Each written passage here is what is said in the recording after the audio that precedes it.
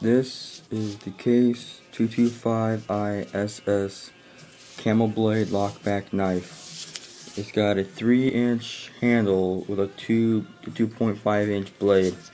It's a non-serrated single-edge blade.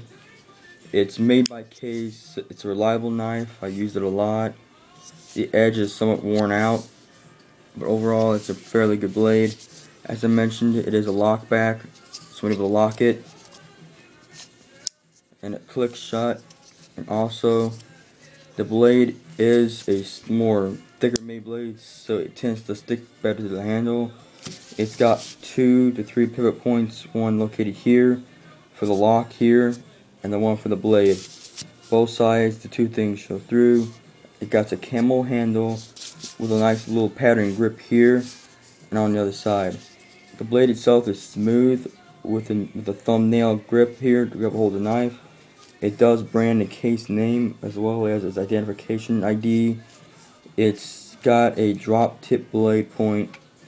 When I got it, it came sharp enough to cut through most materials except for other metals. It's a more reliable knife. It's used mostly generally used made small version of the Case. It's reliable. It comes from a long line of blades. It's pretty much one of the better blades I own. As mentioned in my other video, the knife in my other video was a Gerber's Compact Scout, which was not made for carving. This one, however, is. I use this one when I'm carving wood and other materials.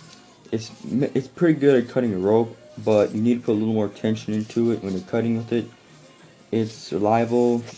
It's got a 3-inch handle and a 5-inch blade, 2-inch blade as I mentioned before. It's total 3 inches when closed. It's got a more thicker blade grip to it, so when the blade closes, it tends not to fan out as some other lockbacks. It's got a more thicker lockback design. It's also got a hole here to use for like a keyring or a lantern, or even a neck strap if you want to attach to it to hang it. It's lightweight, right around I think 27 ounces. So it's a pretty reliable blade. I like it a lot. When I first got it, it cost me about $16 for it. So it wasn't all that expensive for a blade.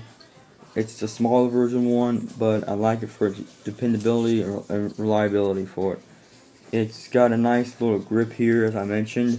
It's got the diamond style grip, and you can tell the grips do go pretty deep into the blade. It's carved into its plastic composite handle.